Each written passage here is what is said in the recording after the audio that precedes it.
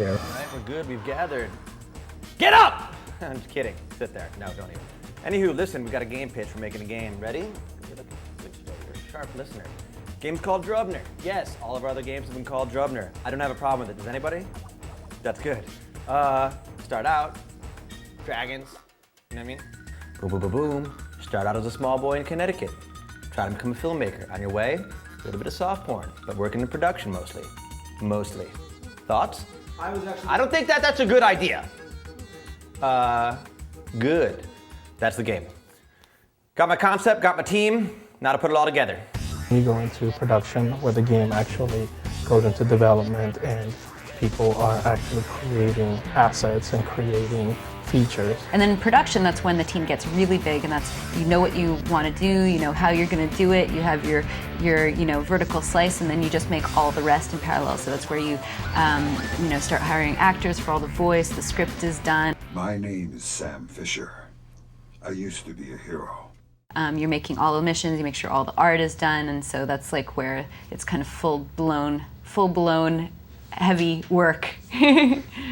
The toughest part about game development for a producer is managing people. Managing talent specifically is very difficult because everybody has their egos, everybody has their standards. You have limitations, whether it's schedule or engine limitations. Maybe an artist can create this super great stadium, but then when you put it in game, it slows down the game and it doesn't work. Well, you make sure that the right structure's in place and the right people are there to make sure the team is progressing properly, and you also have to start focusing on external things. So, talking to casting agents to get the actors, working with composers. It's every 4 to 6 weeks we do milestones during production.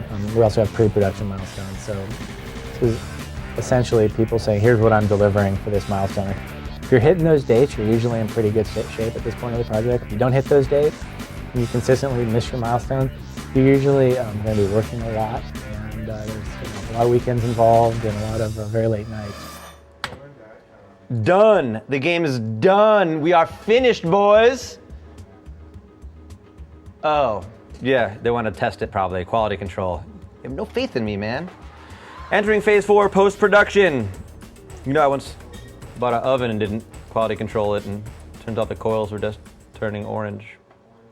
So testing, traditionally people think of testing as coming at the end, like very end of development. Actually what we did on Assassin's Creed, which is becoming more and more common in game development, is integrate testers into the development process so that they're there very early on, sitting with little sub-teams, and that was really, really useful. And then plus once you start actually ramping up your testing team, which I think is good to do earlier than later, you have these guys who are experts, and girls, who are experts on all of the key features.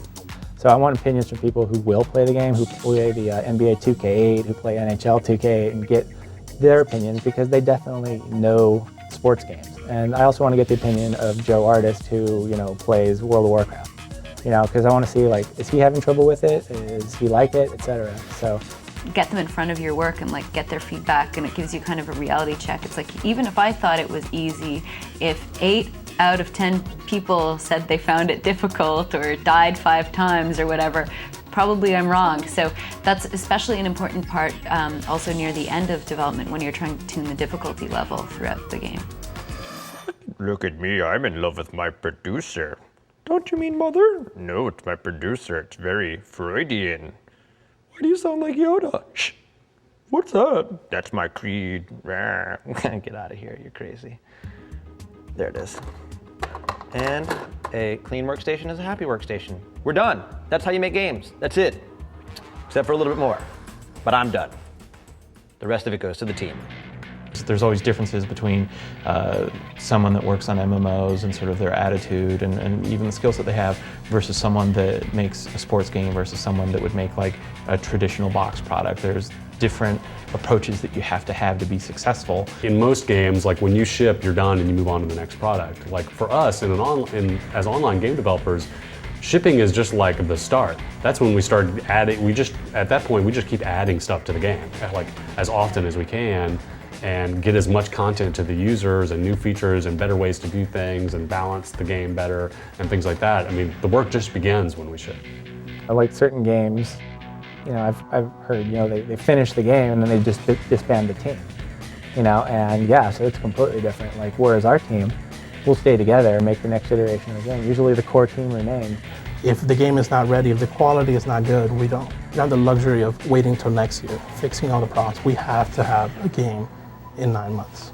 You may see a game, for example, Blizzard is known for taking 3 to 5 years on their games. They don't have a licensed title, so they don't have to have a very specific release time. Seen some great games in these 12-month cycles. You know, I named some games earlier. I think we're making a great game this year. I mean, that remains to be seen with what the public says, but I firmly believe we're making a great game, and we did it in 12 months. So it's doable. The most amazing moment in any project, I can tell you for sure, is when it's all done. When you say, okay, I had this thought and now it's in game and it's exactly like I wanted it, that's very exciting for me. When after waiting and, you know, these people working in parallel for a while, we finally saw the stuff come together, all of a sudden, like in one meeting where we had the review of this build where we put everything together, it just felt like we made a leap of, like, you know, 5 months in one shot. So kind of made us feel like, I think actually in that meeting, the whole team got up and clapped when we saw the build. Everyone's like, woohoo! But submitting the build itself is incredibly nerve-wracking. It's almost like not giving birth, but I look at it more like sending your kid off to college. You know, you hope that you taught them all they know. I don't have kids that old, but I'm guessing this is what it was like for my parents when they sent me off to college. imagine a bunch of people sitting in a room together, working day and night, and at the end they have this shiny little disc called a game. Boom, boom, final touch. Get it tight, get it right. Little shrink wrap, so the kids know they're getting the original goods. Just like that.